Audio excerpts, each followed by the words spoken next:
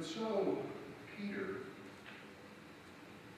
if you will look at the front of the order of service, is always indicated by his faith.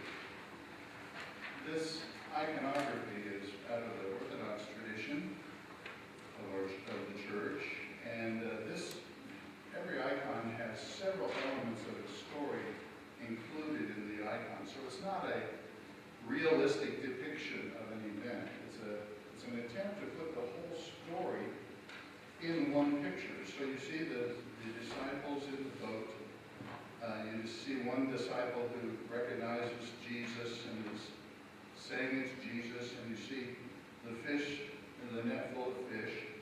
You see Peter in the water swimming towards Jesus. You see Jesus standing on the land, and the fish fry ready to go.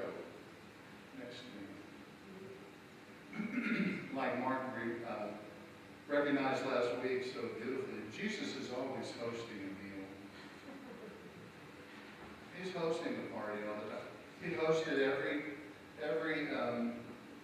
chabura, which happened every Thursday, probably every week with the disciples. It was a common thing for disciples and their rabbi to get together and have a fellowship meal, chabura. And that chabura became the Last Supper, of course, in the cycle of the Hebrew High Holy Days, and the one which we turn for our example, for our pattern for communion. And so there, Jesus is ready to host a meal again, probably his final meal here with them on earth. And we see Peter in the water swimming. And Peter is, in iconography, is always indicated by his white hair and his beard. White beard. I think the one in the boat may be Andrew, his brother. So they maybe were similar ages.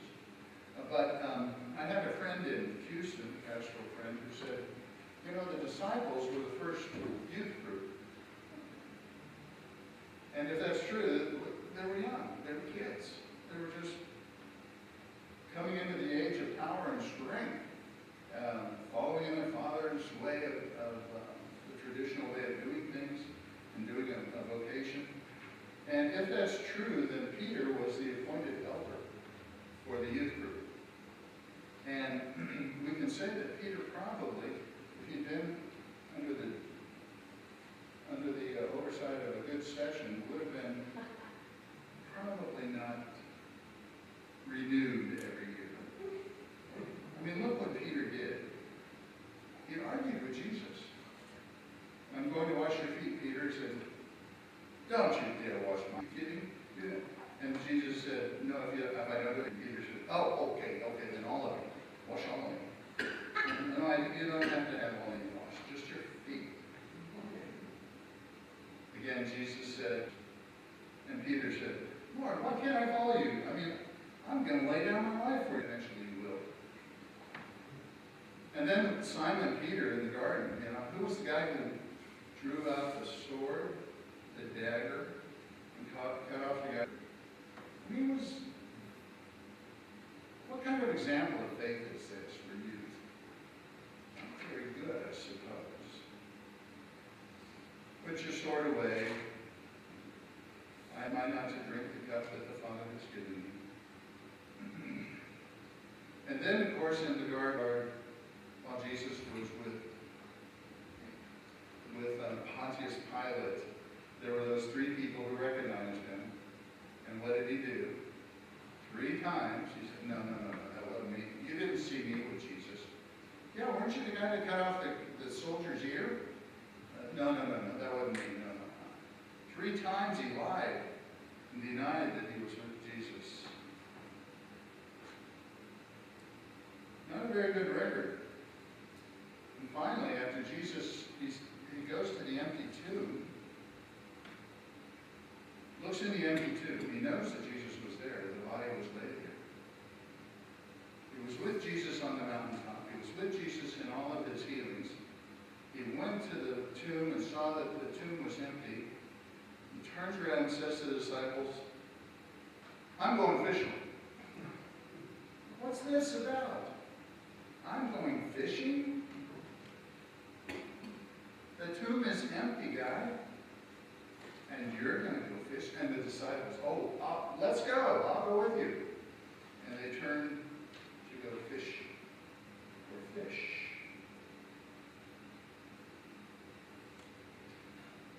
Peter argued with Jesus even after his conversation with Jesus. They were at breakfast on the beach. Jesus had told him, feed my lambs, take care of my fish, take care of my sheep. and then Peter said, well, what about that guy that's following you? And some say that may have been Lazarus, who had been raised from the dead. And some of the questions that surrounded Lazarus was, will he die again? What's going to happen to this guy? And he reassured him it was none of his business.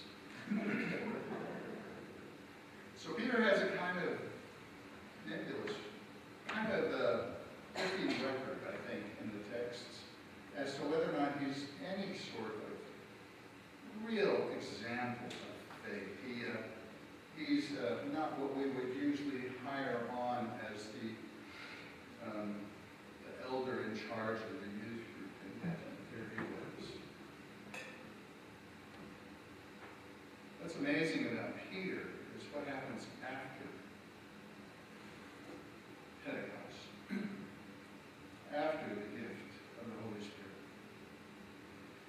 And just as an aside, if you're interested, if this catches your attention, read Acts of the Apostles, the first 15 chapters that have his story in them about the experience of Peter.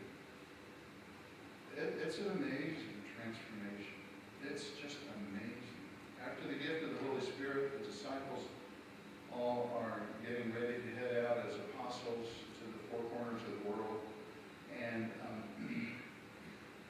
Peter is the one who takes the lead. He defends in the Jerusalem council. He gives explanation for what's going on in Pentecost. He becomes the one who is the focal point of the mission and ministry to the Gentiles. And he became for the church the primary apostle to those who were outside the realm of Judaism. He moved the center of the church from Jerusalem to Antioch eventually, and some, I kind of lose his story in my own mind, in my own study after that, but eventually claims to die, is said to have died crucified in Rome.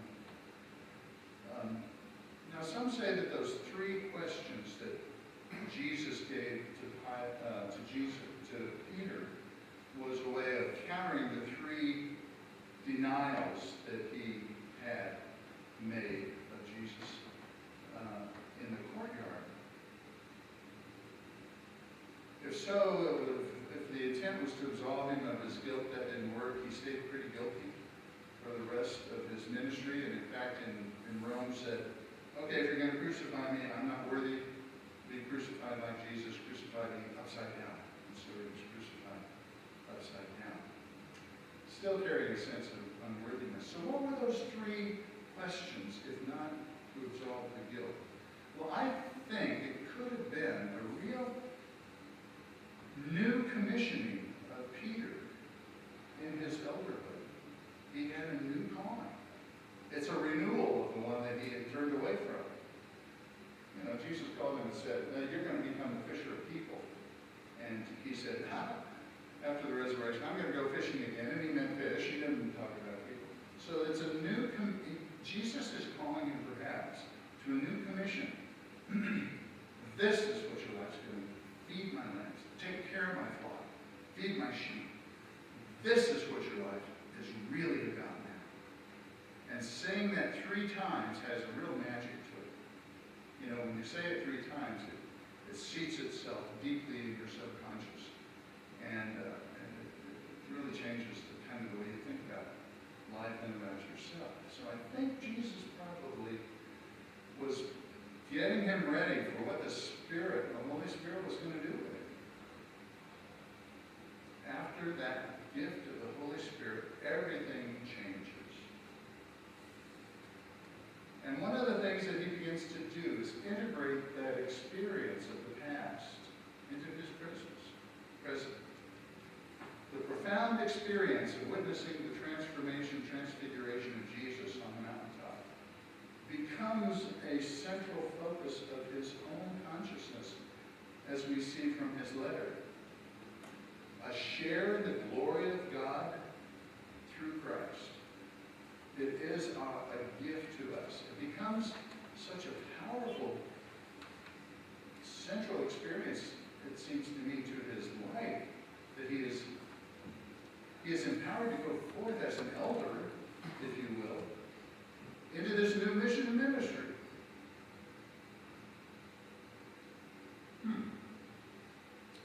As I said, he moves the church center to Antioch, Syria, what we call Syria now.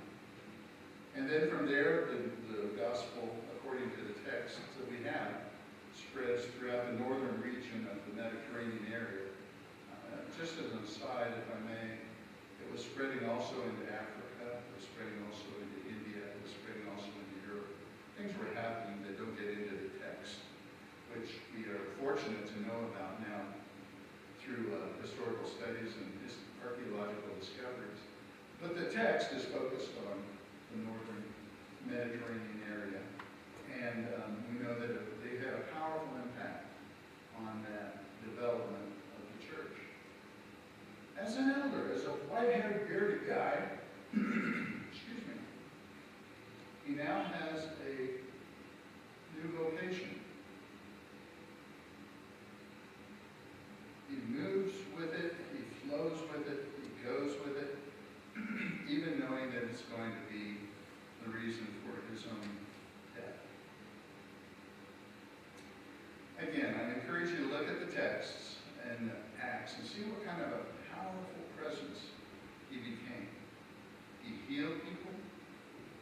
He brought people back to life from death. He did everything that he had witnessed Jesus do in one way or another, and he became truly the person that it seems Christ intended him to be. So, a theology of aging and elderhood. Here's what I came to kind of focus on. And with your help, I'm open to your insights and thoughts to further deepen this and expand it. Here's what I think I see happening. And whether it's Sarah or Esther or Moses or Elijah or all the way now to Peter. These seem to be things that are some commonalities here. And one of the things that happens in elderhood, that can happen in elderhood, is that we do integrate our past into our present. We have an opportunity to reflect on those incredible, wonderful experiences that are so profound and so deep. They didn't make any sense at the time that they occurred, but we can look back now and say, oh, that was the glory of God I saw. Oh my goodness, I'm going to have a baby? Oh my gosh.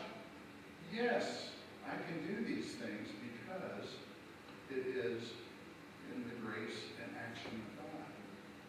We begin to integrate into the present a new sense of the reality through which we have developed and come and grown ourselves. The second thing, I think, is that God will not let us stay in our comfort zones. God won't leave you alone. In spite of the fact that you have a well-deserved retirement.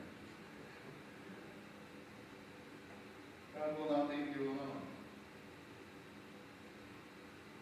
Just as Peter was, I'm going to go back to fishing. And God disturbed him. That well-thought-out retirement plan. And opened up new possibilities. The third thing that I think we find in elderhood is that God enables us to have a new compassion, a new power, a new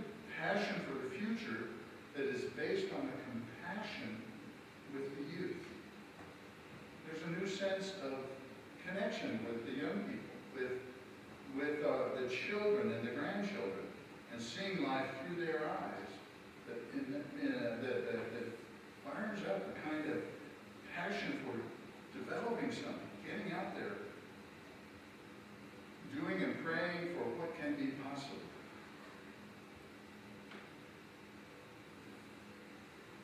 Finally, I'd say that God enables us also to, please help me remember my last point.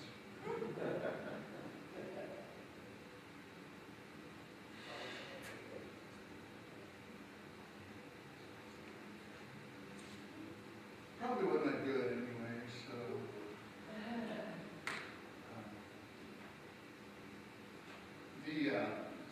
The range into which God welcomes us is beyond our speculation, beyond our understanding sometimes. When I was in hospice care, I spent a lot of time working with elders and reassuring them that,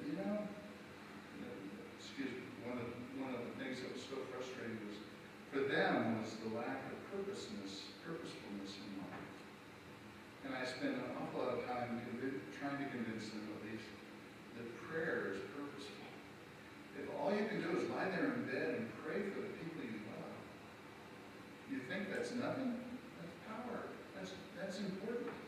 It's a matter of serving and giving and where we are and what we have the capacity to do. And God gives that to us and calls us to that.